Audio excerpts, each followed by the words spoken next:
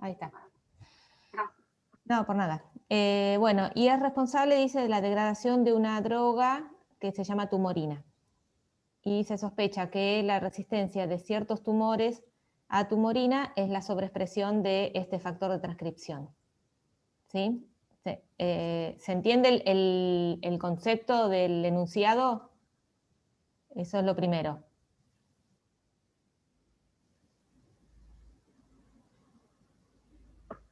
Sí, está hablando ¿Sí? de una porción del gen que regula a esa sustancia tumorina, ¿no? Sí, en realidad este es el gen que codifica para un factor de transcripción. El factor de transcripción es una proteína. Una proteína que va a actuar de manera regulatoria, ¿sí? Porque los factores de transcripción, ¿qué hacen? Se unen a determinados lugares y activan o desactivan la transcripción, o sea, hacen que aumente o que disminuya, la regulan, ¿sí? Entonces, este gen es el que codifica para ese factor de transcripción. Bien. Este factor de transcripción controla la expresión de una enzima que degrada la tumorina. Está bien. Entonces, el factor de transcripción lo que hace es controlar si se produce una enzima. Exacto. Y esa enzima regula la degradación de esa sustancia tumorina. La enzima no regula, sino que la enzima degrada la tumorina. La degrada. La degrada, ¿sí? Entonces, si tengo mucha enzima, se va a degradar mucho la tumorina, y si tengo poca enzima, se va a degradar poco. Y tener mucho o poco enzima va a depender de este factor de transcripción. Sí. ¿Sí? Por eso dice que se sospecha que la resistencia de ciertos tumores a la tumorina es la sobreexpresión del factor de transcripción. ¿Por qué? Porque si yo tengo mucho factor de transcripción, va a estar muy activada la expresión de la enzima, voy a tener mucha enzima y la enzima va a degradar la tumorina. Entonces el tumor va a ser resistente a esta droga. ¿Sí? ¿Se entiende? Claro. Y va a crecer. O claro. sea, no lo voy a poder controlar. Exacto. Bueno, y tenemos entonces los datos, el esquema del gen, ¿no? En un gen eucariota, así que tenemos exones, intrones, con sus tamaños, y el inicio y el fin de la traducción, el ATG y el codón stop.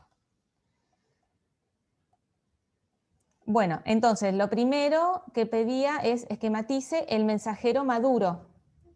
Entonces, el mensajero maduro va a hacer tiene los intrones. Claro, el empalme de los 3 exones. Claro. ¿Sí? Con su poli A y su E1, E2. Claro, exacto. E1, E2, E3 empalmados. Y bueno, sabemos que los mensajeros tienen una colita de poli A y tienen una caperuza o capping en el 5'. Entonces, eso es simplemente el punto 1. Marque, hay que ponerlo, la colita. Sí. Marque la posición +1, la ubicación del promotor, las secuencias, bueno, acá dice, de conserva de polinización y clivaje, etc. ¿Sí? El +1 va a estar en el ATG. Bueno, este era hacer el dibujito nada más, no tiene mucha ciencia.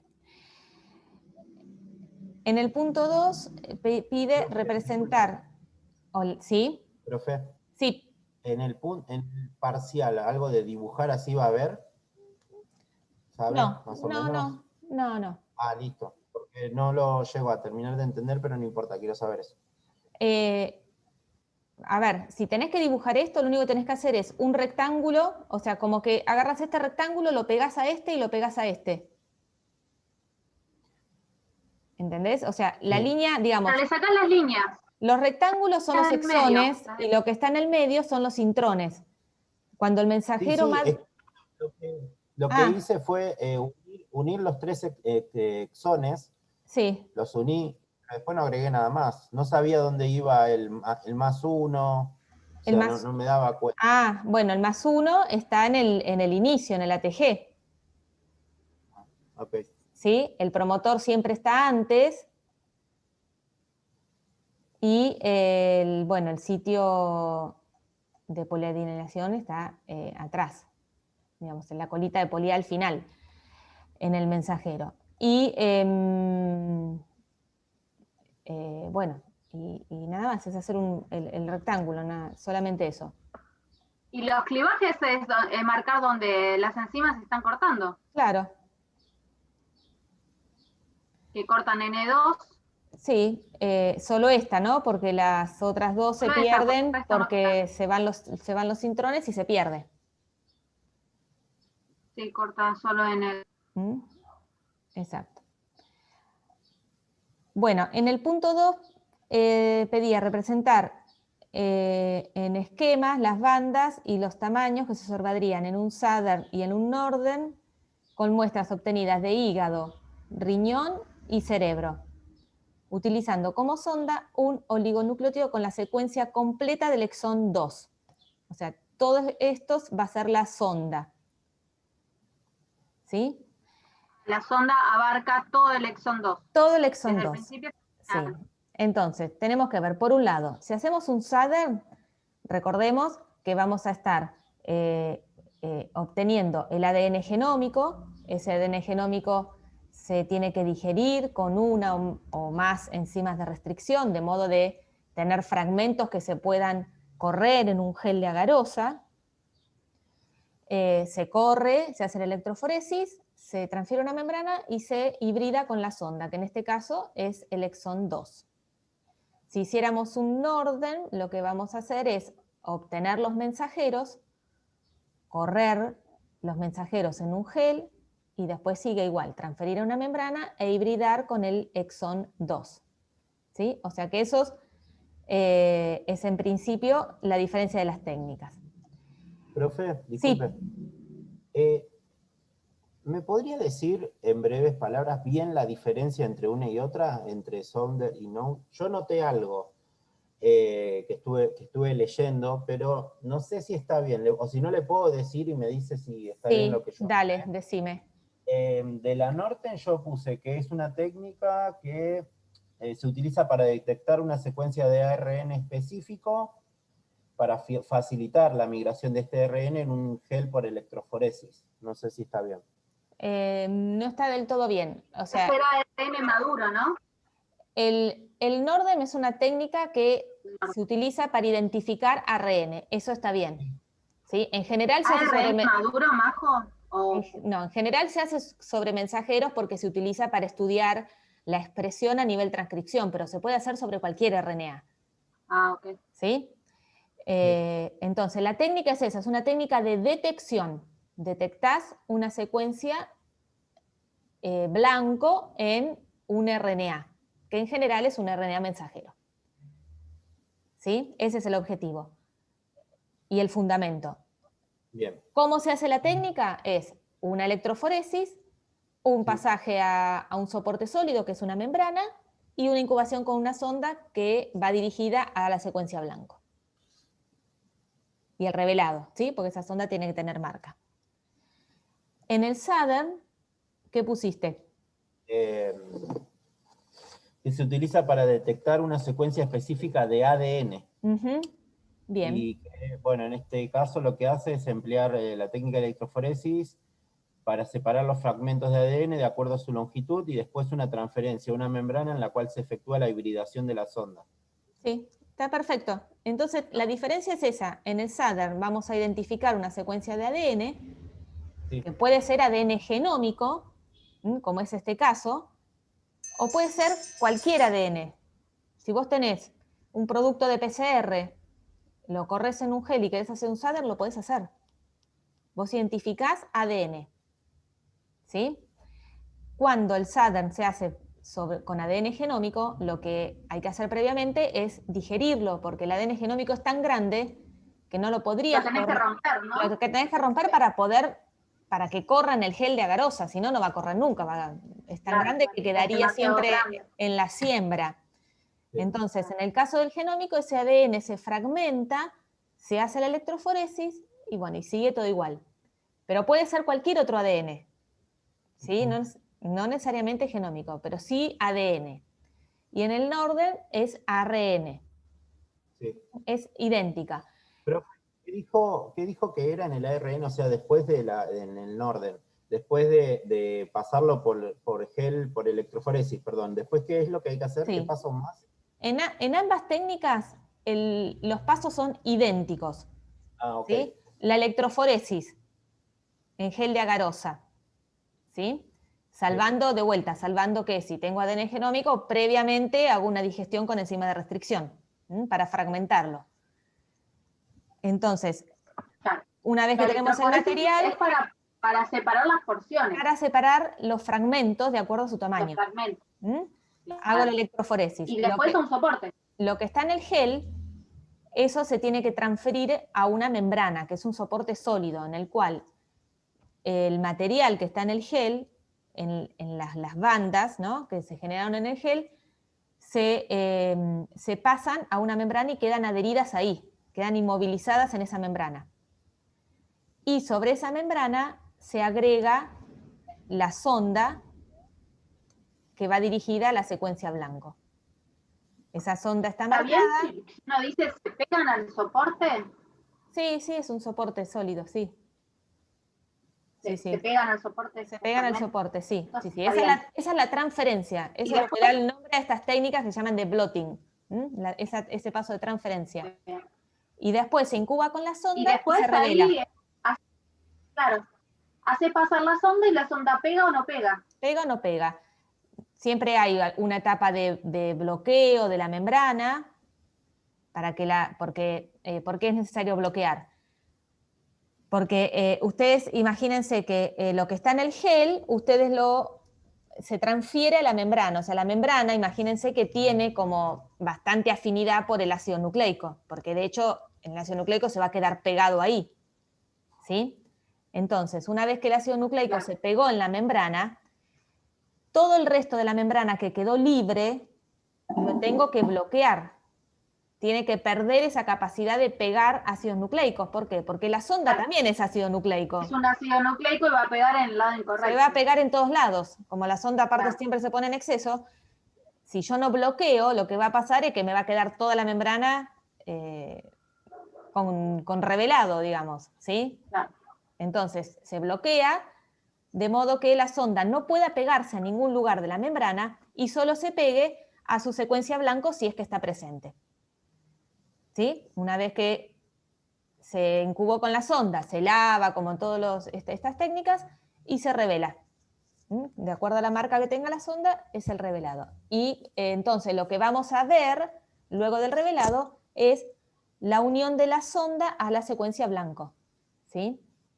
Eso es lo que evidenciamos. No quiere decir que es lo único que hay. La secuencia blanco sería la E2. El exón 2. El exón 2. El exón 2. ¿Sí? En ambas técnicas es idéntico. Y después, cuando repasemos, van a ver que en Western es lo mismo, pero con proteínas. Pero el fundamento de estas técnicas de blotting es idéntico. Bueno, entonces, eso por un lado. Y por el otro, tenemos que pensar que vamos a trabajar con muestras de hígado, riñón y cerebro. El enunciado ya nos decía que esta enzima, el factor de transcripción, controla la expresión de una enzima que es exclusiva de hígado. ¿Sí? Entonces, cuando hacemos el SADR, lo que vamos a trabajar es con ADN genómico. ¿Sí? El ADN, supónganse que se corta con esta enzima, que por algo está acá, ¿no?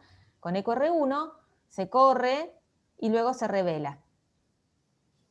Entonces, cuando revelamos el ADN genómico con una sonda que corresponde al exón 2, yo voy a poder ver esta banda ECO-ECO que tiene 2500 y esta banda ECO-ECO que tiene 3000. Porque en ambas hay un pedacito del exón 2, entonces la sonda va a reconocer estos dos fragmentos. ¿Sí? Y va a estar en los tres tejidos, porque el ADN en los tres porque es ADN. Y los genes son, digamos, nuestro genoma es idéntico en todas las células. ¿Sí? Claro. Ahora, Cuando vamos al Norden, lo que vamos a correr son los mensajeros, ¿sí? El mensajero de este factor, si nosotros sumamos E1 más E2 más E3, esto nos da 1600 pares de bases. O sea que sería aproximadamente el tamaño del mensajero. ¿Sí? Entonces... solo en hígado. Y lo vamos, sí, a ver solo en hígado, con este tamaño. ¿Sí? Porque los mensajeros se corren así como están, porque no son tan grandes y no hace falta fragmentarlo. ¿Sí? ¿Se entiende? Darío, ¿se entendió esta parte? Sí. Bien. Bueno, después hay que determinar el peso molecular del factor de transcripción, sabiendo que es un homodímero. Bueno, entonces acá simplemente hay que contar desde el ATG hasta el stop, la cantidad de pares de bases que hay, dividirlo por 3 para saber la cantidad de codones y multiplicarlo por 110, que es el peso promedio de un aminoácido. Siempre restando el stop, ¿no? Que no codifica para ningún aminoácido.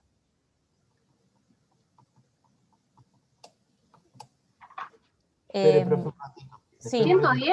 Ah, porque es aminoácidos. Claro, el peso promedio de un aminoácido, porque te pide el peso molecular de la proteína. Ah, está bien. ¿Se suma, profe, lo de ATG y TA también? El ATG lo sumás, el stop no. Entonces, a ver.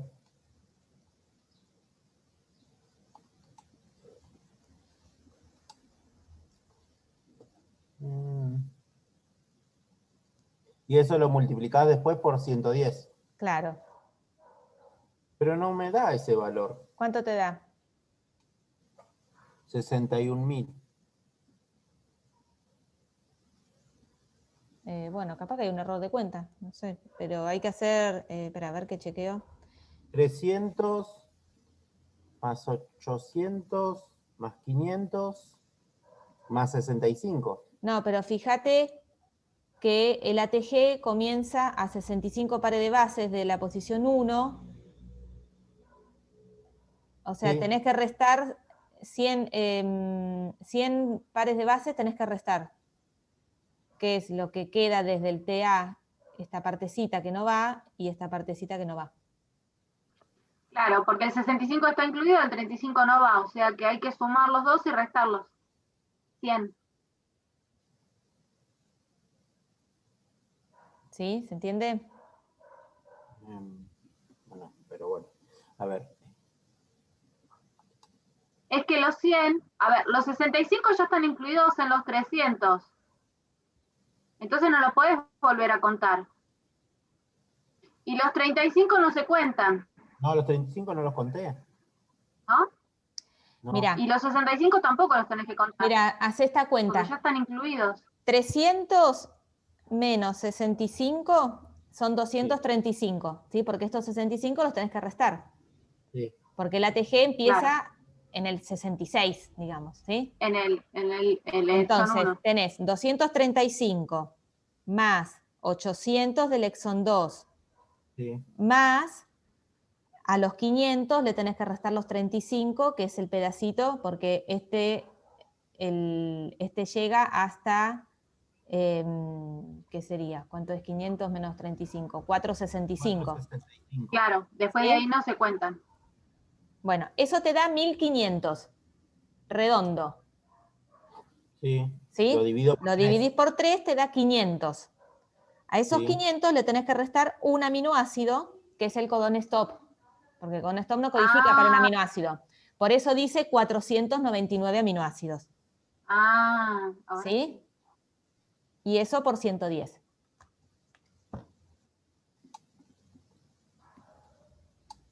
Ahora sí. ¿Sí? Siempre hay que restar el codón stop. Profe, perdón. Sí.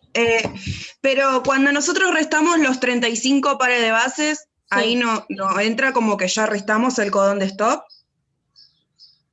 No, porque, bueno, yo, digamos, está pensado la cuenta para que dé 1500 justos, ¿no? Entonces, claro, por eso hay que estos 35 restarlos, pero, digamos, depende cómo lo interpreten. Si ustedes, digamos, toman que el 35, no sé cómo lo pueden interpretar, que la posición 35 desde acá incluye la A o la T, no sé. Está bien. ¿Sí? Claro, después se descontaría, digamos, el codón completo de la porque dice que el TA está a 35 nucleótidos del extremo 3'. Pero bueno, a 35 puede estar esta A o puede estar la T, digamos. Pueden tener esa diferencia de interpretación, ¿sí? Sí, pero entonces, en eso convenimos que siempre le restamos el codón. Sí, si no, no importa. Lo preguntan si hay algo así y si no, se va a entender porque que hay otra interpretación, no hay problema. Ok. Sí. Bueno, ¿se entendió? Y ahora sí. Bueno, después dice, indique los pasos necesarios para la amplificación y chequeo del plásmido que se muestra en la figura 2. No sé eso dónde salió.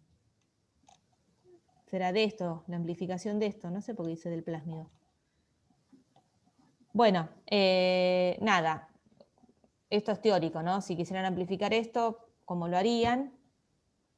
Indicar los pasos digamos, de una PCR. La técnica de PCR. Claro. Y después pregunta, indique cuál de los siguientes cultivos sobrevive al tratamiento con tumorina y justifique su respuesta. Entonces teníamos el cerebro, el hígado normal, el riñón o el tumor de hígado. Y bueno, el que resiste al tratamiento con tumorina es justamente el tumor de hígado. ¿Sí? Claro, sobrevive el tumor, claro, algo medio porque la resistencia a esta tumorina necesita que haya mucha cantidad de esta enzima que la rompe. Y para que haya mucha cantidad de esta enzima hay que tener mucha cantidad del factor de transcripción. Claro. ¿Sí?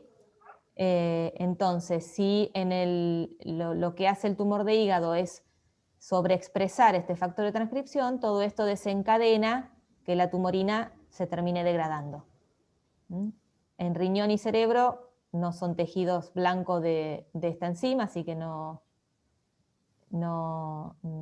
tiene por qué haber efecto, y en el hígado normal tampoco estaría sobreexpresada la enzima.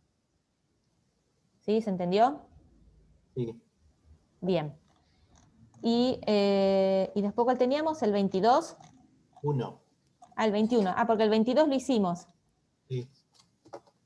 Este es re cortito. A su laboratorio llega una planta tolerante a la salinidad. La construcción con la cual transformaron la planta se detalla en la figura.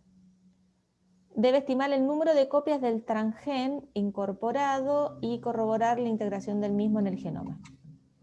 Bueno, tenemos que hacer dos cosas. Uno, corroborar que el transgén se incorporó en el genoma de la planta. ¿Ustedes saben cómo se hace un organismo transgénico? Más o menos, a grosso modo.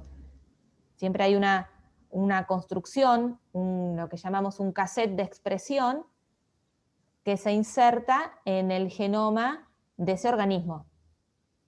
¿Sí? Puede ser una planta, un animal, una bacteria, no sé, una levadura, una célula. Un insecto, como hicimos el otro día en el seminario. Entonces, que el cassette de expresión tiene esto que está acá de mínima, un promotor, el gen que queremos expresar, y un terminador, que es lo que necesita cualquier gen eucariota para expresarse. ¿Sí? Después de ahí, ya van a ver cuando cursen las materias donde vean transgénesis, van a ver que hay como un montón de cosas que se pueden agregar para mejorar la transgénesis. Pero bueno, de mínima esto es un cassette de expresión. ¿Por qué tenemos que tener promotor y terminador? Porque, bueno, muchas veces el organismo o la célula destino es de otra especie o de otra cosa muy distinta, alejada filogenéticamente del gen que vamos a expresar. Entonces, digamos, quizás la maquinaria de por ejemplo, de la planta, no sirve para expresar un gen que es de un animal, por ejemplo. Entonces siempre se pone el promotor y el terminador del lugar donde vamos a expresar. ¿Sí? Si queremos expresar un gen, por ejemplo, de una bacteria en una planta, bueno, vamos a tener el gen de la bacteria, pero vamos a tener que poner promotor y terminador de una célula vegetal, porque si no la célula vegetal no va a reconocer un promotor bacteriano. Puede que sí, pero en general no. ¿Sí? Bueno, no importa eso. Entonces, si nosotros tenemos que hacer dos cosas. Uno, ver que esto se insertó en el genoma de la planta, y otro, ver el número de copias. ¿Por qué? Porque dependiendo de la metodología de transgénesis que se use, el transgen se puede insertar varias veces en distintos puntos del genoma.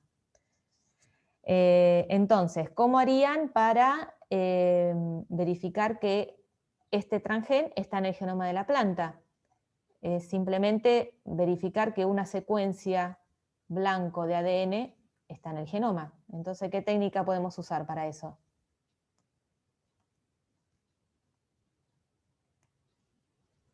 Lo que hicimos recién, un Southern blot. Un Southern, ¿sí? Tranquilamente. Podemos hacer una PCR también, si purificamos ADN genómico y hacemos una PCR, vamos también a detectar en ese genoma la presencia del gen. Y si quisieran estimar el número de copias del transgen, ¿cómo harían? Ahí sí, un PCR cuantitativo. Puedo hacer una PCR cuantitativa, lo mismo, aíslo el ADN genómico y hago una PCR en tiempo real cuantitativa con una curva de calibración y estimo el número de copias de ese transgen. Haciendo un Southern también se puede estimar el número de copias, ¿no? Viendo el número de fragmentos que son detectados por la sonda. ¿Sí? Puede pasar que en un fragmento que detecta la sonda haya 2 copias del transgen, puede pasar, pero ya contando el número de fragmentos da un estimado también el Southern de cuántas veces se pudo insertar ese transgen. Y bueno, era solamente eso. ¿Sí? ¿Se entendió, Darío? No era muy complicado, era bien teórico este problema. Sí, sí. ¿Sí? Igual. Bueno. No es que sea difícil, es fácil, pero por ahí hay que entenderlo un poquito más. No, perfecto. No, pero por ahí habías pensado que había que hacer algo como más elaborado o más complejo. Era sí, a veces pasa que la interpretación de lo que dice es importantísimo, porque uno puede irse por las ramas. Claro, por eso yo les digo, pregunten, no tengan miedo. Yo siempre pregunto y molesto. Claro, no pasa nada, porque, a ver, imagínense que, supónganse que el parcial que lo redactamos nosotros, uno lo redacta pensando o razonando con nuestra cabeza, pero por ahí ustedes lo leen y, no sé, interpretan otra cosa. Claro, por ahí ustedes, como ya tienen la cancha, dan cosas que están sentadas y no las ponen, y nosotros nos hace falta para poder interpretarlo mejor. Claro, entonces puede haber cositas que no se interpretan o que por una cuestión de redacción o lo que sea, ustedes lo interpretan de otra manera. Entonces pregunten, se sacan la duda. Recién que decías del plásmido, que nada que ver. Sí, eso porque no me acuerdo, pero debe haber quedado, debo haber yo acortado el ejercicio y quedó eso de alguna otra parte. Porque tenía muchos de estos ejercicios, los tenía de cuando daba biotecnología en Morón. Y capaz que los recorté para que se adapten a esto y me quedó eso ahí sin depurar. Bueno, ¿estamos con esto? ¿Quieren que vieron el parcial? Sí. Bueno. Yo no tuve tiempo. Bueno, no importa. Estoy con aplicada todavía. Ahora lo vemos. La quiero saludar a Belén, que entró hace poquito. Y arrancamos. Hola, ¿cómo están? ¿Todo bien, Belén? Hola, Belén. Bien, apagué un poquito la cámara porque se me cortaba, pero sí, ahora voy a tratar de refrescar. Bueno, perfecto. Bueno, vamos entonces con el parcial.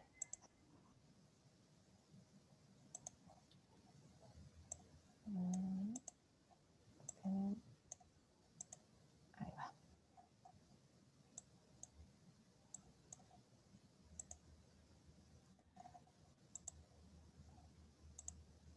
Bueno.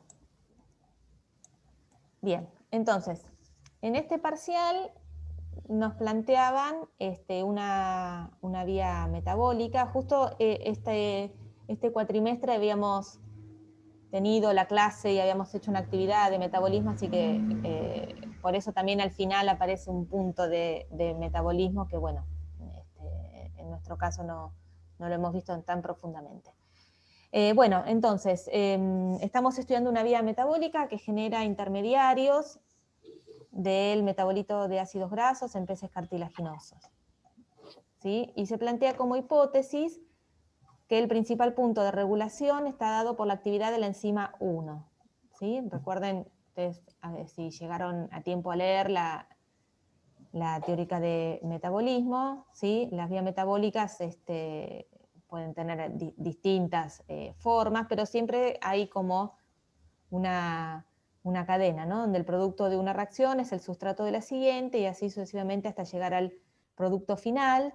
Y muchas veces el producto final o alguno de los productos intermediarios regula los primeros pasos de la vía metabólica, ¿sí? De modo que, por ejemplo, en este caso el producto final es F. Cuando hay suficiente cantidad de F, bueno, digamos, se frena la vía metabólica para no seguir generando y gastando energía cuando no hace falta. Bien. ¿Eso es una retroalimentación negativa? Esa es una retroalimentación negativa, exacto.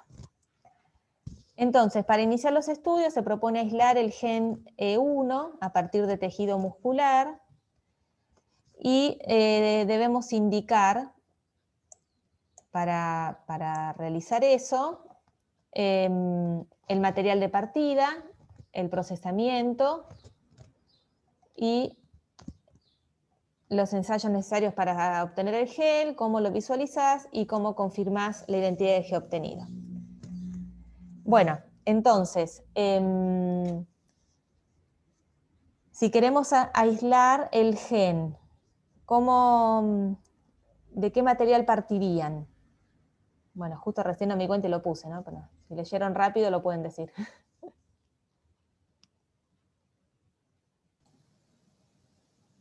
Sí, igual ese punto, sí, justo ahí te lo dice, que lo tenés que aislar a partir de tejido muscular.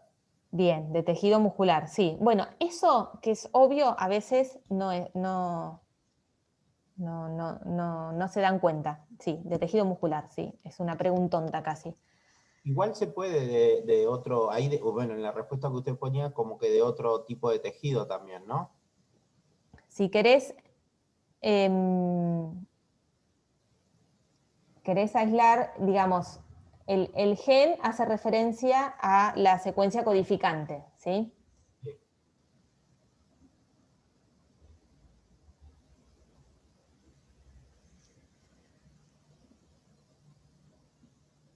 Entonces vamos a ir a tejido muscular y qué tipo de material, qué biomolécula. Y ADN. ¿Cómo? ADN. Sí, piensen que cuando hay que tener en cuenta esta aclaración, ¿no? Que cuando dice gen, estamos pidiendo la secuencia codificante. Ah, ok.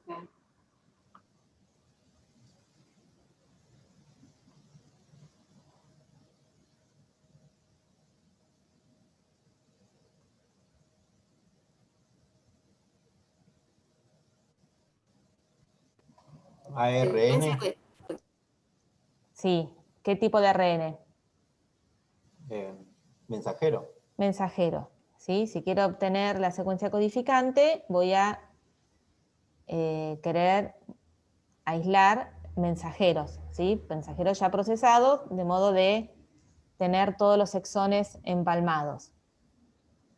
¿Y qué ensayo utilizarían? ¿Cómo podrían obtener esa secuencia codificante?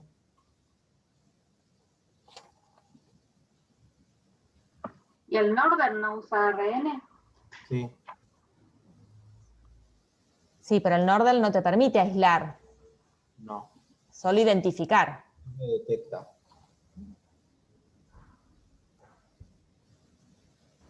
Una PCR. Una PCR, sí. Más que una PCR, una RT-PCR. ¿Sí? Porque como partimos de ARN, tenemos que hacer una transcripción reversa y después la PCR, Claro. a partir de mensajeros. Bien.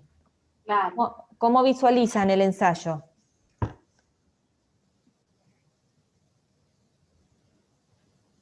Ahí sí hacer el Norden.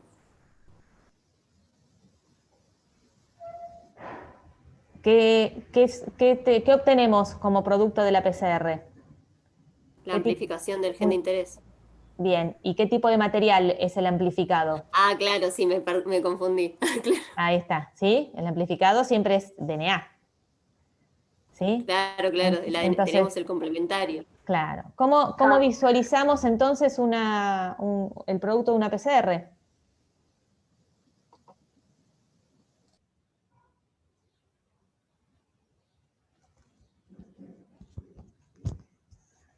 Corremos un gel de agarosa, ¿no?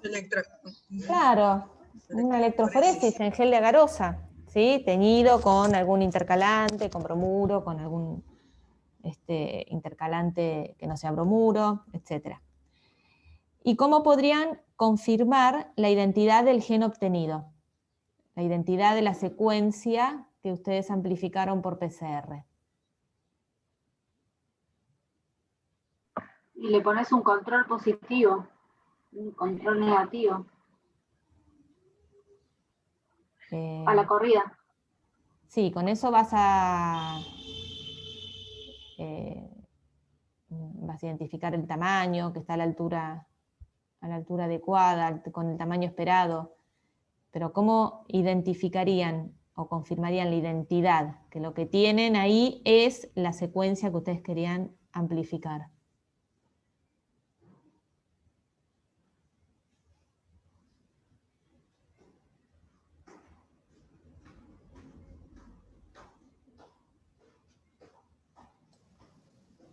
Lo más obvio, si quieren identificar la identidad de una secuencia, ¿qué hacen?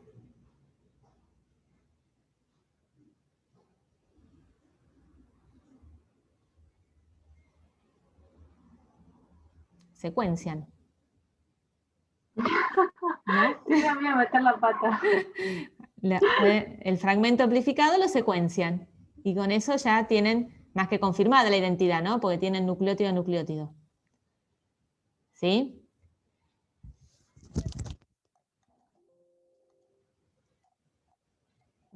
Entonces, lo más obvio es secuenciación. Puede haber otras cosas. Pueden hacer un Southern. Como les decía, no solo de ADN genómico se hace el Southern. Ustedes pueden tener una PCR, corren el gel de agarosa, ven la bandita y eso lo transfieren a una membrana y lo hibridan con una sonda. Y si la sonda reconoce esa banda, bueno, ya les está indicando cierta identidad, ¿no? Porque la sonda va dirigida a una secuencia determinada. Claro. ¿Sí? Si ustedes conocen la secuencia, pueden hacer un mapa de restricción y, bueno, cortar con algunas enzimas que corten en esa secuencia que amplificaron y ver si obtienen los fragmentos esperados. ¿Sí? No es, digamos... Y Majo, ¿no se puede poner una muestra conocida o sea, para compararla? Sí, pero lo que te va digamos, no te va a dar información de la identidad del amplificado. Lo que te va a decir una muestra conocida es que la PCR funcionó bien, que la técnica... Funcionó bien, pero las dos pueden estar mal y puedo no obtener lo que yo quiero. O la positiva seguramente está bien, pero vos podés tener, qué sé yo, por ahí un amplificado de un tamaño similar, casi igual, sin que sea exactamente la secuencia que vos querés. Sobre todo, esto pasa sobre todo en fragmentos chiquititos. Claro. ¿Sí? Entonces, la mejor forma de corroborar la identidad es secuenciar. Y después, bueno, hay otras cosas. Puedes hacer un Southern, puedes hacer un cortes con enzima de restricción, ¿sí? Cualquiera de las tres cosas está bien. ¿Se entendió este punto? Sí. Sí, bien. Bueno, en el punto 2 dice, para la detección rápida del gen E1, diseña una PCR que amplifica 300 pares de bases del extremo 3' de dicho gen. Bueno, ¿qué reactivos colocaría en el tubo de reacción y en el tubo con el control negativo? Y sabiendo que el fragmento a amplificar tiene 300 pares de bases y que los primers diseñados tienen una TM de 60 grados, hay que completar el perfil térmico acá en el equipo de PCR. Bueno, entonces, ¿qué reactivos tenemos que poner en una PCR? De los que están acá. A ver, yo les voy diciendo y ustedes díganme sí o no. Primer forward. Sí. Sí, en ambos. Primer reverse. También. También. Sonda con fluoróforo. No. También, porque si querés ver que no hay en el otro. Bueno, acá, ¿qué puede pasar? Que no se detecte en el control. A ver, si hacemos una PCR de punto final, ¿vamos a poner sonda con fluoróforo?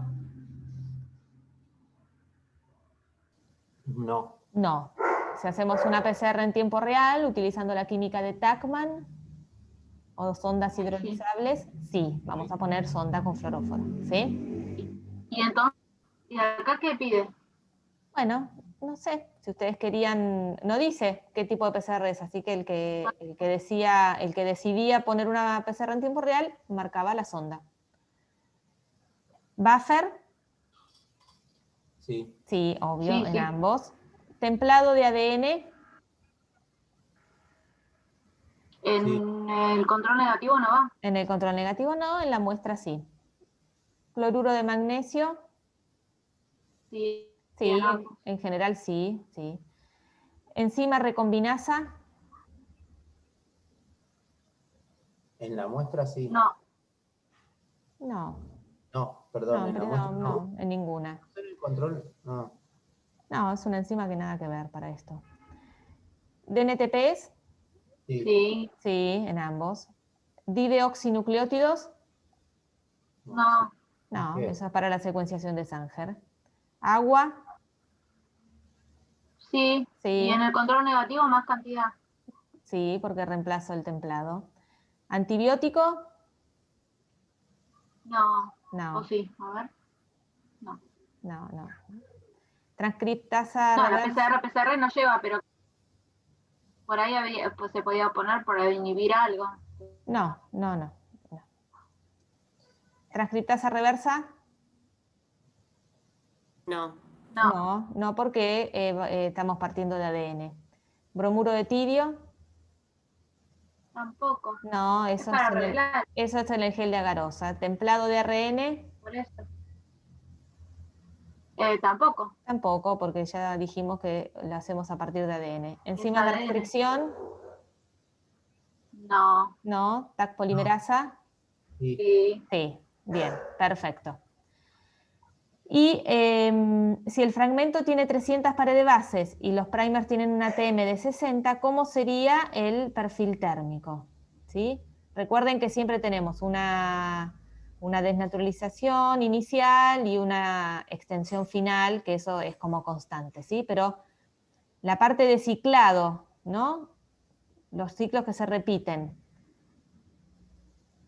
¿qué temperatura pondrían? En el primer paso, ¿qué temperatura ponen? Mayor. ¿Cuánto? Y alta, 94, 95. Sí, la misma que esta, no, puede ser 95, ¿no? Claro, sí. Bien, ¿cuál es este paso? Una pregunta, esa es la desnaturalización del ADN. Claro, es la desnaturalización. Recuerden que cada ciclo tiene 3 pasos. Sí. La desnaturalización es el primero. Después, ¿qué viene? Annealing. Bien, el annealing, la hibridación de los primers. Bien. ¿Y qué temperatura ponemos ahí? 55. 55 está bien, 56 también. Sí, siempre tiene que Entre ser... 50 y 60 podés... Le hago Sí, una pregunta. tienen que ser entre 3 y 5 grados menor a la TM. TM, exacto. Sí.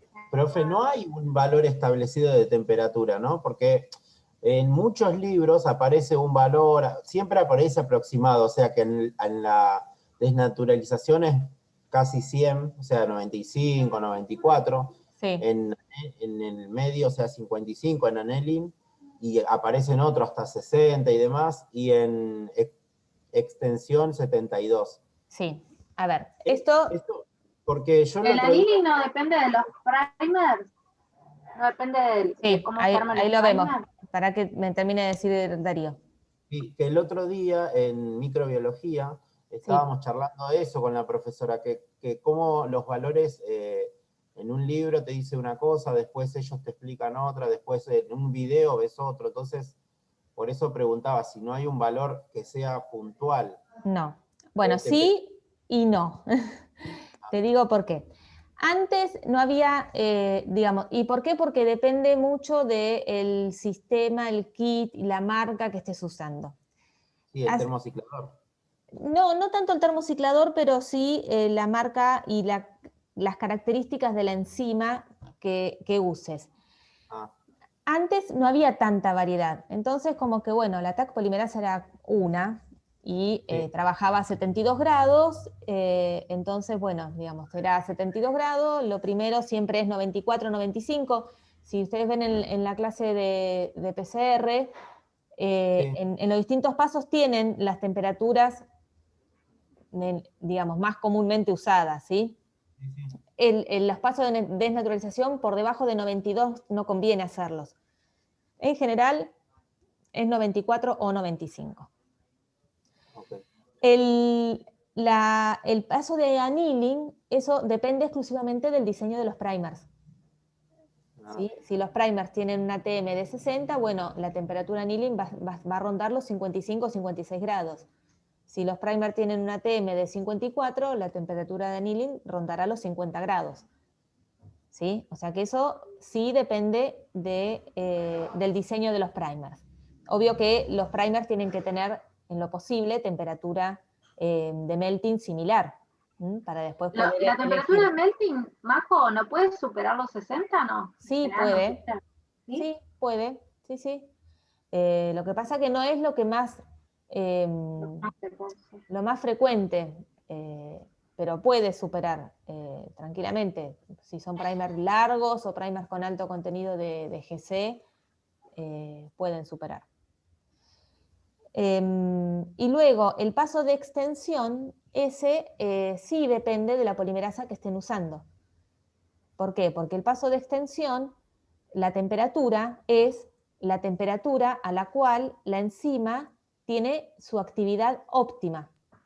Entonces, en este caso el TAC polimerasa es 72. Es 72, pero si usan otro tipo de polimerasa, que eso el fabricante les dice, esta polimerasa tiene la mayor o el 100% de actividad a 68 grados, o a 60 o a la que sea. Ahí tenés mucha más variedad de temperatura. Claro, pero eso depende de la enzima que usen. Y uno ahí no puede modificar, porque ¿qué vas a elegir? ¿Una temperatura que no le es óptima a la enzima? Digamos, claro, tenés que optimizar el método. Eso va en contra de la performance de tu técnica. Entonces, la temperatura que se pone ahí es la que el fabricante te dice que es la mejor temperatura para la enzima. Y luego, y bueno, eso en cuanto a las temperaturas. Y en cuanto a los tiempos, bueno, si digamos, el templado, por ejemplo, en el primer paso, que es de desnaturalización, si el templado tiene mucho contenido de GC, o sea, son cadenas que por ahí son difíciles de separar, bueno, le damos un poquito más de tiempo acá. Por ahí no le ponemos 15 segundos, le ponemos 30, 45 segundos. Cuestión de garantizar que esas cadenas se separen. Acá en el annealing no hay, se ajusta, pero no hay mayor problema con el tiempo. Sí. ¿Y para qué está el cuadradito abajo? Ahora vamos. Para temperatura. Para la temperatura, Cari, tenés que poner los nombres y la temperatura ahí. No, acá va la temperatura, y acá es el número de ciclos. Aquí, abajo. Este es el número de ciclos. Ah. Fíjense que este paso 1 se hace una sola vez, y este final también se hace una sola vez, pero esto es lo que cicla. Claro. ¿Sí? Sí, bien. Es lo que se repite para amplificar. Exacto. Y bueno, y entonces, luego en la extensión, el tiempo va a depender del tamaño del fragmento que estamos amplificando. Si es un fragmento chiquito, bueno, con 30 segundos nos alcanzará, ¿sí? Recuerden que hay que... Y eso también depende de la enzima. Hay enzimas más veloces y enzimas menos veloces, ¿sí? Para una TAC polimerasa, bueno, como esta que proponemos acá, más o menos... Esos tiempos no es que nos van a pedir ponerlos a nosotros, porque son todos en forma experimental, dependiendo del método, ¿no? Por eso ya están puestos acá. No. Ah, ok.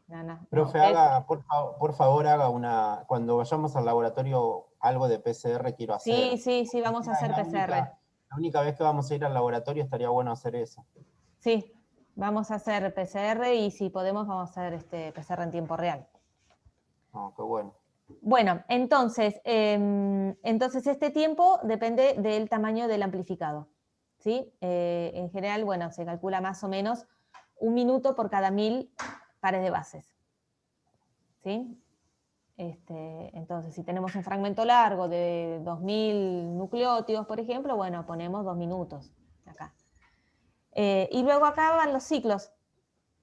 Recuerden que siempre son entre 30 y 35 o 40 ciclos, no más que eso. Digamos, en principio acá no tienen por qué... Porque eso es hasta donde la TAC polimerasa funciona bien, ¿no? Claro, sí, hasta donde llegamos al plató. Una vez que llegó la reacción al plató, ya no tiene sentido seguir agregando ciclos. No se va a incrementar la cantidad de producto. Claro. Bueno, y eso... Va a seguir lo mismo. Claro. Y eso es lo que había que hacer, ¿sí? Simplemente. ¿Ven? El annealing. Bueno, y esto es lo que marcamos y nada más. Acá algunas cosas hay entre paréntesis porque, bueno, yo les ponerlo y si está bien, y si no lo ponen y aclaran, por ejemplo, que el cloruro de magnesio en general viene en el buffer, uno le puede poner extra, también está bien. Porque el cloruro de magnesio tiene que estar, en realidad es un cofactor. Es indispensable, que tiene que estar, sí. porque la enzima lo necesita, es un cofactor. Claro. Bueno, bien. ¿Se entendió este punto? ¿Y por qué los nucleótidos también están entre paréntesis? Porque en el caso, esto acá dice PCR en tiempo real, en el caso de la PCR en tiempo real, en general, la mix que se compra tiene todo. Tiene el cloruro, tiene el magnesio, tiene la enzima, tiene los nucleótidos, tiene todo. Y uno simplemente agrega agua y primers y sondas. Por eso... Bueno, pero igual si lo ponemos no pasa nada. Está bien, porque de hecho están, pero están en el buffer, digamos. O sea, por eso, digamos, está más que nada como recordatorio de que, bueno, pueden estar aparte o no en la reacción al momento de hacerla. Bueno, bien. El punto siguiente. Al intentar detectar el gen en 10 especies distintas de peces cartilaginosos, obtiene el siguiente resultado. O sea, con esta PCR, que detecta un fragmento de 300, se intenta detectar el gen en 10 especies de peces cartilaginosos. Y obtenemos este resultado. Entonces, ¿es el resultado esperado? No. ¿Por qué no es el resultado esperado? Es la pregunta.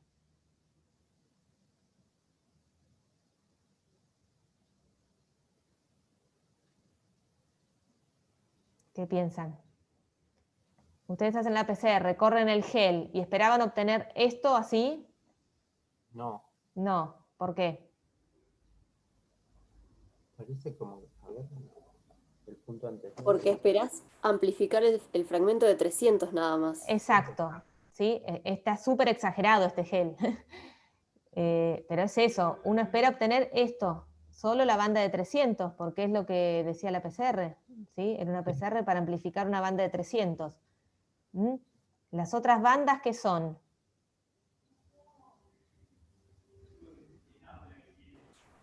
Algún producto inespecífico. Amplificación, son porciones no exactamente. deseadas. Amplificaciones inespecíficas, ¿sí?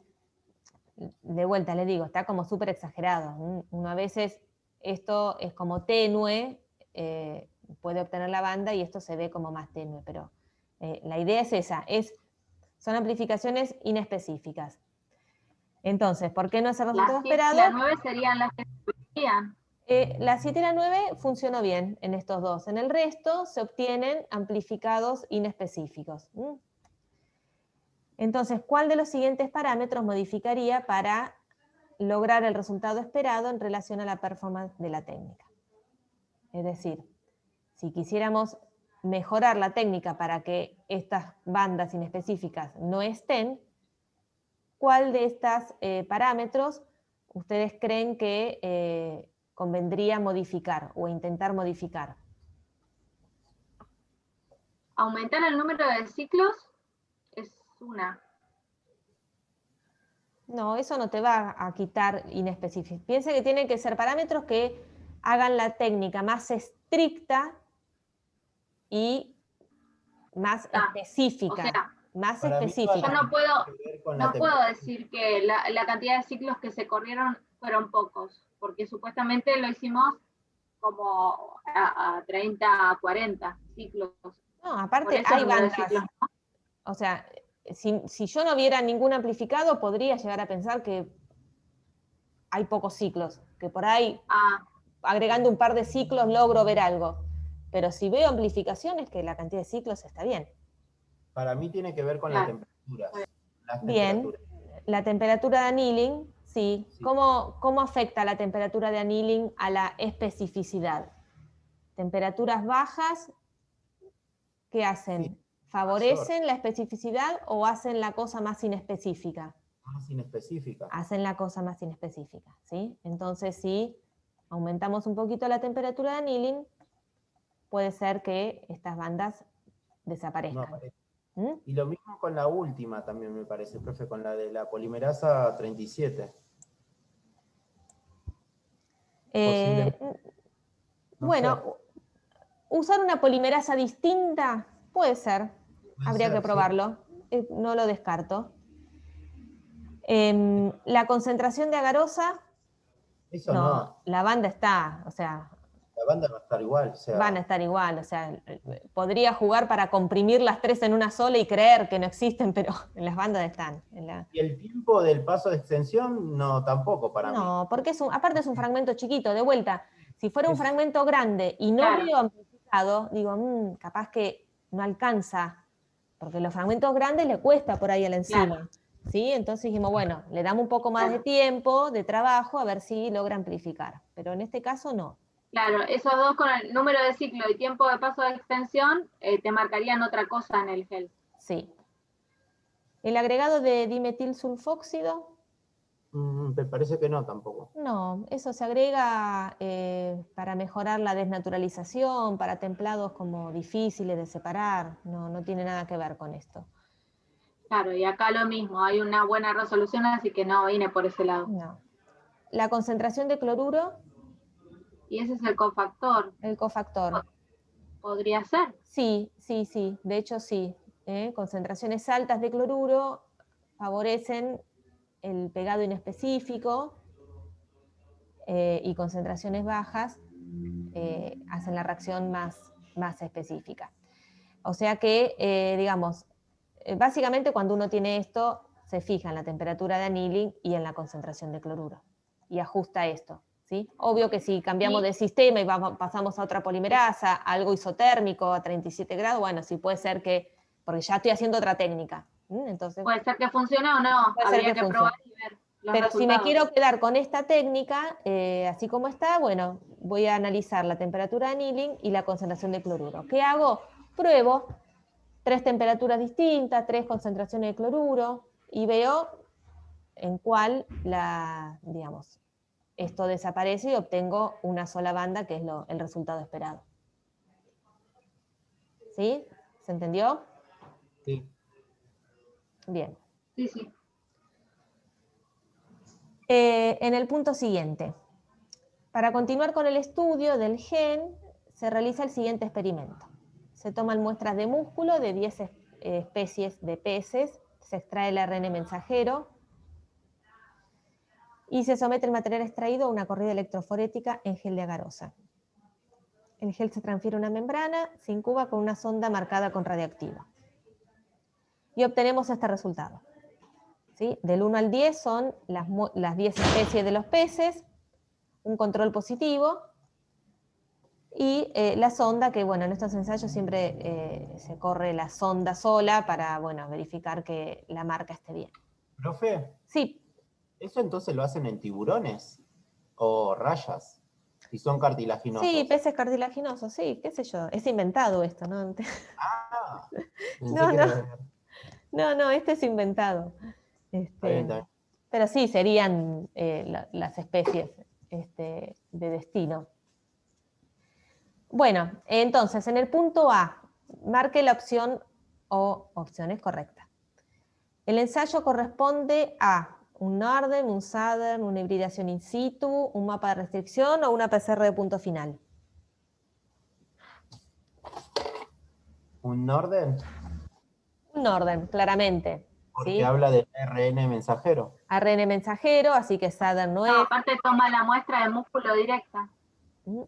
No es una hibridación in situ, porque si no sería el tejido fijado y ahí arriba, digamos, tirada la sonda. Tampoco es un mapa de restricción. Aparte dice, se extrae el ARN mensajero a partir de un macerado de tejido. Exacto. No hay amplificación, así que no es PCR, no hay enzimas de restricción, así que no es un mapa de restricción. La técnica descripta permite cuantificar la expresión del gen, detectar el gen, detectar los mensajeros del gen, estimar el número de copias del gen, estimar el número de copias del ARN mensajero específico. Detectar los ARN de E1. Perfecto. ¿Sí? Cuantificar el gen no, porque estamos con mensajeros, no estamos con ADN, por eso tampoco detectar el gen, sí detectar los ARN, y esta técnica no es cuantitativa, así que de ninguna manera vamos a estimar el número de copias. Los resultados obtenidos indican: todas las especies expresan E1, el gen E1 es distinto en todas las especies, algunas especies pueden procesar de manera distinta me tapa esto que dice, el transcripto primario, la especie 1 expresa más cantidad de E que el resto, y la especie 10 no posee el gen. Bueno, vamos de A1. ¿Todas las especies expresan E1? No. No. ¿Por qué no? Y en la 10 no lo veo. No hay. ¿Qué significa que no hay en la 10? No tengo que... No expresó, no se detectó el ARN. No se pegó la sonda. No se pegó la sonda porque no había un mensajero específico, ¿sí? ¿El gen E1 es distinto en todas las especies? No sé, no se ve muy... No en todas, en algunas. ¿Yo puedo afirmar con esto que el gen es distinto en todas las especies? No. No, ¿por qué?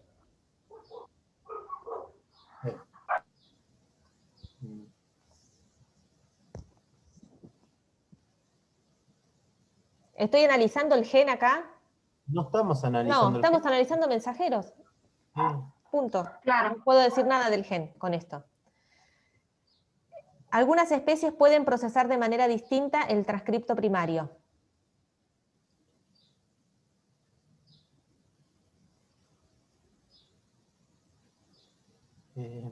Chan. ¿Puede ser por el peso? Sí, exacto. Sí, estamos corriendo los mensajeros, y si vemos mensajeros de distinto tamaño, es probable que puede ser otro motivo, pero puede ser que procesen, digamos, la maduración del mensajero sea levemente distinta y por eso tengan mensajeros de distinto tamaño. Sí. ¿Sí? Puede ser, también puede ser que sea el gen sea distinto, más chico, más grande. Pero esta opción es verdadera, puede ser. La especie 1 expresa más cantidad de E1 que el resto. Esa no. No se ve bien, pero por ahí el 8, 7... Pero está a la misma altura que el control positivo, ¿o no? Pero la altura te indica el tamaño, no te indica la cantidad. Para mí no, profe. ¿Eso no necesita un control de carga? Claro, no sabemos que No con sé. este ensayo no lo podemos asegurar. La especie 10 no posee el gen E1. Ese sí es verdadero. No, puede ser que lo posea, pero No se expresó. no está marcado por la sonda, o sea. Claro. Acá estamos viendo ARN mensajero. Claro, y Ahí aparte lo otra tiene vez lo mismo. Nadie habla del gen. Puede ser que no lo tenga, puede ser que no exista ese gen directamente en esa especie, pero no lo podemos afirmar con este ensayo. Pero también puede ser que no haya quedado marcado, ¿no? ¿Por qué? ¿Que sea un error de la técnica? Porque la sonda cuando pegó no pegó justo en la parte del gen. Por eso, un error de la técnica que acá justo no pegó, porque la sonda funciona bien, ¿no? Reveló bien en todo, tiene marca. Es muy difícil igual me parece eso. ¿Se puede decir eso? ¿Se puede decir eso por eso? Sí, no es, digamos, no sería lo más acertado, pero bueno, sí, puede ser que justo tuviste un problema en la 10, pero en la calle 10. Pero no... Bueno, y entonces lo que podemos poner es que no, pero podría llegar a pasar. Podría ser un error de la técnica. Claro. Podría, pero en realidad... Pero si se expresa, pero no sé, profe, es muy difícil si se expresan todas las demás. Claro, porque la técnica funcionó bien. Si vos acá tuvieras una técnica que la ves medio fea, que en algunos da y en otros no, ahí sí. Ahí, claro, acá. Pero esa sería verdadera, profe. Es que no lo podés afirmar, porque vos acá estás analizando mensajeros. Entonces, el gen puede estar, pero puede estar silenciado, por ejemplo, y que el mensajero no se transcriba. Sí, sí. Claro. ¿Sí? Entonces, como el análisis que hace acá es sobre mensajeros, no podemos decir a priori, no podemos Poseo, no el gen. decir si es claro, exacto. ¿Sí? Bueno. Entonces, ¿y si se hiciera un Southern en vez de un Northern?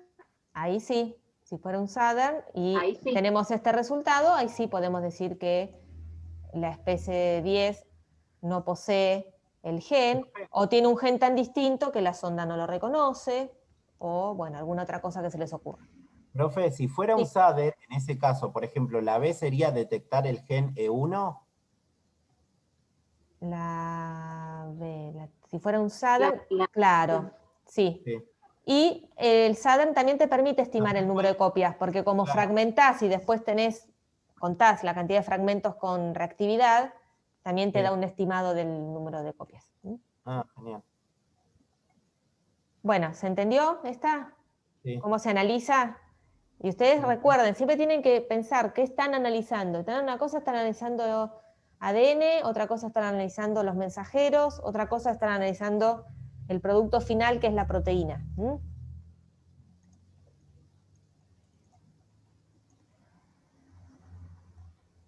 Bien. Para continuar con el estudio de la enzima E1, realiza un preparado de músculo para extraer las proteínas totales y efectúa un SDS-Page desnaturalizante y en presencia de beta-mercaptoetanol. El gel de poliacrilamida se transfiere a una membrana para realizar un western. En el revelado utilizan un anticuerpo policlonal anti-E1 hecho en conejo y luego un anticuerpo monoclonal anticonejo conjugado con una enzima.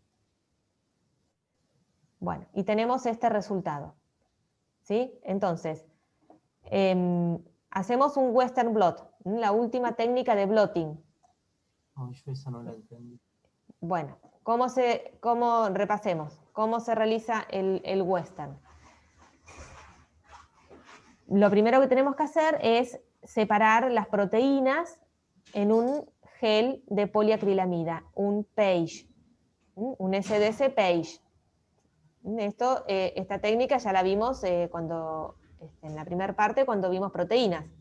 Las proteínas, en un SS page, las proteínas se separan por su tamaño. El SS page puede ser desnaturalizante o no, con agente reductor o no, dependiendo de lo que queremos ver, ¿sí? ¿Se acuerdan que en un gel desnaturalizante rompemos todas las interacciones no covalentes que puede haber en la proteína, y si esa proteína tiene estructura cuaternaria entre las subunidades, y con un agente reductor rompemos los puentes disulfuro. Entonces esta primera parte es como lo que hacíamos en los estudios de proteínas.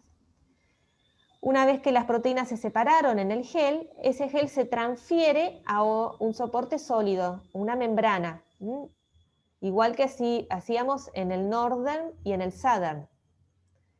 Las proteínas se pegan, se adhieren a la membrana, y luego viene y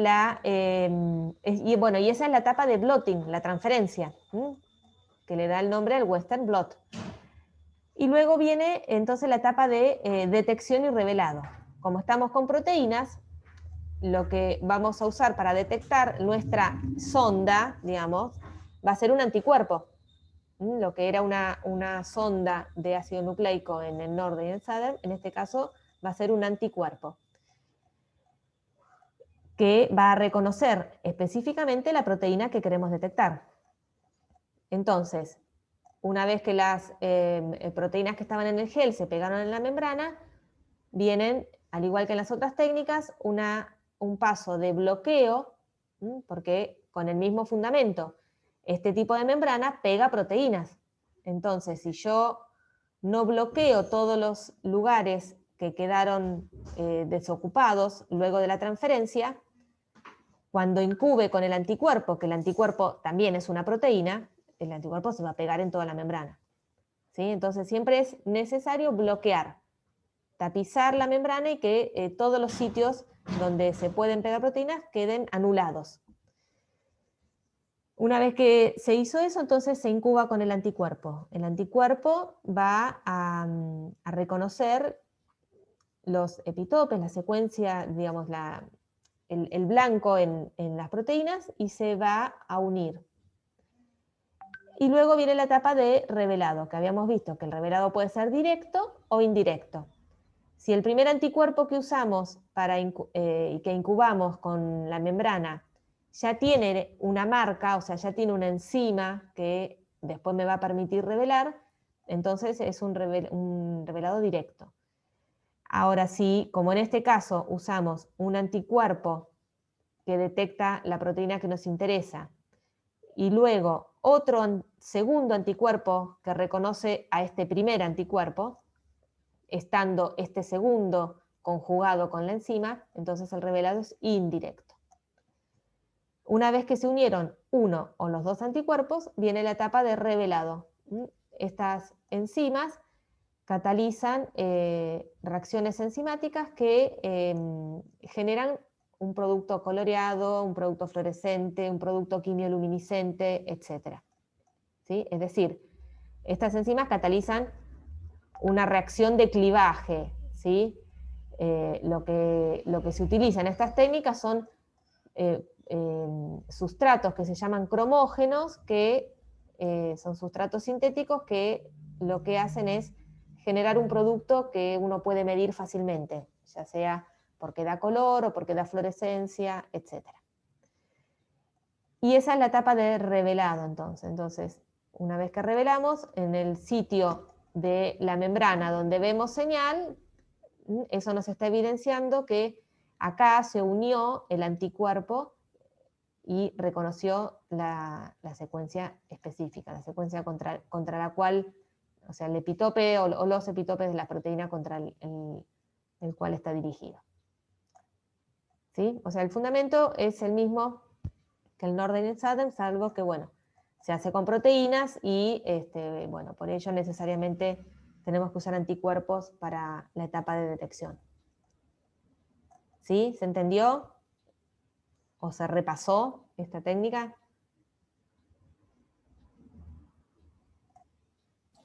Sí, ahora sí, profe. Bueno, bien. Entonces, con esto lo que estamos viendo es la presencia de proteína. ¿sí? En el caso como este, que estamos estudiando la expresión de un gen, este es como el último paso, ¿sí? Porque el gen se transcribe y después se traduce. Entonces esta es la etapa final, donde vemos la proteína, vemos el producto final, que es el que va a tener actividad biológica. Profe, en esta técnica, o sea, la técnica esta de Western, detecta proteínas, ¿sí? Sí. Y en esta también se utilizan todos los pasos que se hacían las otras dos, o sea, electroforesis, membrana y demás. Exacto. Exacto. Okay. Los pasos son los mismos: electroforesis, transferencia, detección, revelado. Listo. ¿Sí? Cada uno tiene sus particularidades, pero los pasos son idénticos. Bueno, entonces tenemos todas las 10 especies, un control positivo y, y vemos que hay bandas en alguna de las especies. ¿Sí? Entonces, en función de eso, hay que poner si es verdadero o falso estas sentencias. Es posible inferir que todas las muestras evaluadas tienen niveles detectables del ARN mensajero del gen 1. Y no, falsa. Sí, ¿por qué? Porque en el 10, 8 y 7 no hay proteína revelada. No hay proteína, exacto. O sea, uno puede pensar, quizás hay mensajero y no se están traduciendo, pero si no, es posible. No podemos afirmar que en todas las muestras hay mensajeros, ¿sí? Porque ya hay 3 en la cual no vemos producto de ese mensajero. La proteína codificada por el gen E1 está formada por una única subunidad. Verdadero. No, no se puede afirmar. Claro, en principio vemos una sola banda, pero bueno, si es un homodímero o un homotrímero, podríamos tener más de una subunidad en la proteína final, en la proteína nativa, más de una subunidad, siendo las subunidades idénticas. Por lo tanto, en un SS page desnaturalizante y con beta-mercapto, vemos una única banda. ¿Habría que agregarle glicerol para saber? Bueno, sí, si hacemos un SS page no desnaturalizante, podríamos, o sea, con y sin, como hacíamos en los, en los otros problemas. Ahí se podría afirmar o no. Claro, comparar con y sin y ver la diferencia de tamaño. Entonces, no podemos ni afirmar ni negar.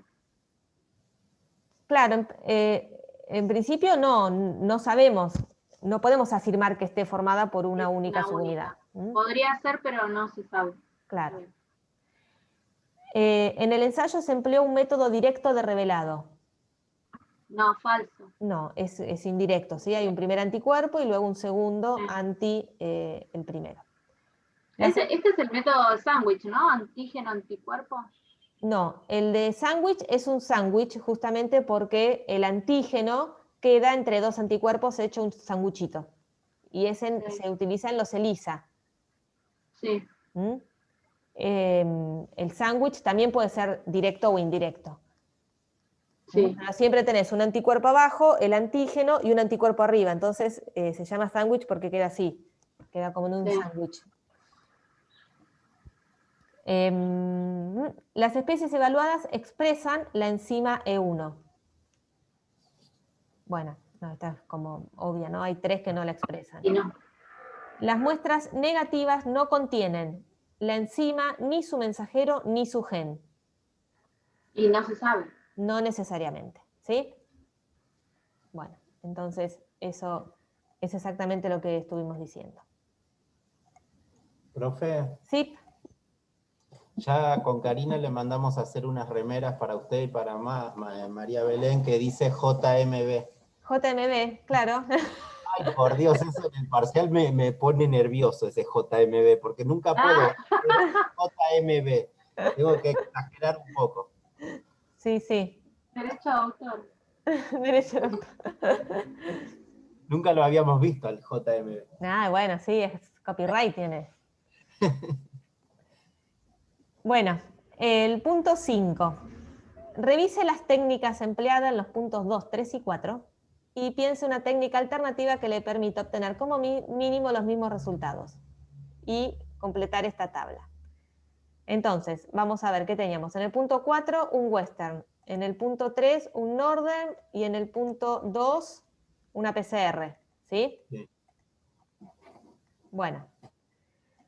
Entonces, si no hacemos una PCR para detectar el gen, ¿qué podemos hacer?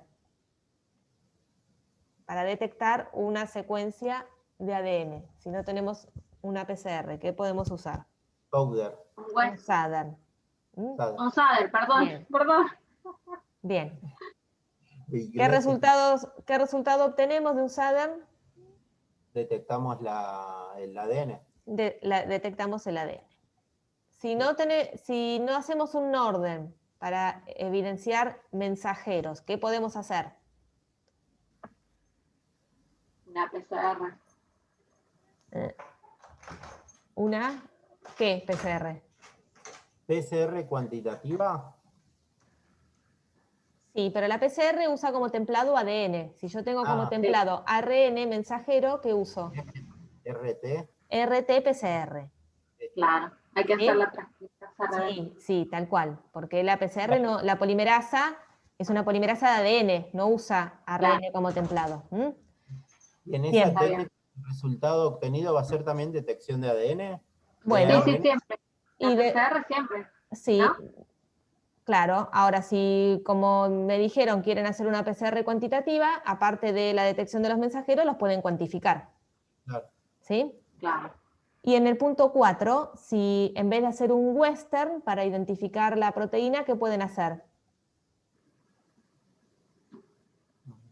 Últimas teóricas no las leyeron. No. Tiene nombre de mujer.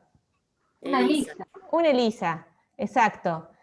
Una ELISA, ¿sí? Claro, que era la otra técnica para identificar proteínas, ¿sí? Valiéndonos también de la interacción antígeno-anticuerpo. ¿Y qué resultado vamos a obtener?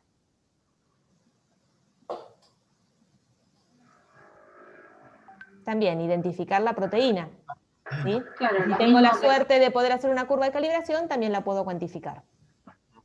¿Sí? Porque el resultado de la ELISA es un número que se detecta en un espectrofotómetro o en algún otro equipo, dependiendo del sistema de revelado que usemos. ¿Sí? Bien. Entonces, bueno, eso mismo que hablamos. ¿Sí? Y el fundamento es teórico, o sea que si les toca hacer algo por el estilo, bueno, acá muy brevemente pondrán el fundamento de la técnica. ¿Sí? ¿Se entendió esto? Entonces siempre recuerden las técnicas alternativas, ¿sí? de las que vimos. Bien, y el último punto, teníamos para finalizar los estudios y el examen también, decide evaluar el efecto de determinadas moléculas o metabolitos en la vía metabólica en estudio. ¿Se acuerdan que esto arrancaba con una vía metabólica y ustedes estaban analizando la enzima 1? Para ello realiza un preparado de músculo de la especie 1 que ensaya en distintas condiciones.